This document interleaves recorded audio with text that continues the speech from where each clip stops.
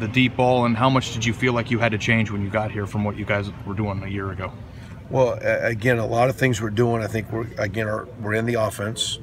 There's a few subtle things that were added or that Coach Day had some ideas that he brought to the table. A couple things and my thoughts that were brought to the table. But in general, a lot of things we did were still a lot of the carryovers. We worked a lot early.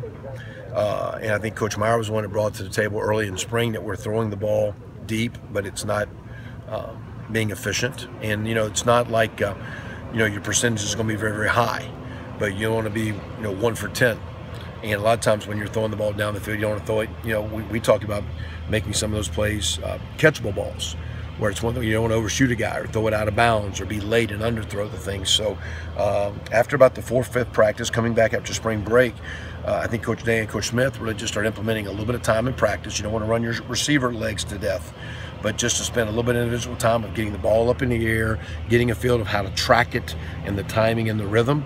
And play calling, we got it worked up in practice a little bit more. In the game, we did it, enough, and there was some down the field and intermediate. It's not bombs away, because if you just throw bombs and bombs and bombs, you can get behind the chains. But I always felt you needed to work the field with a physical running game.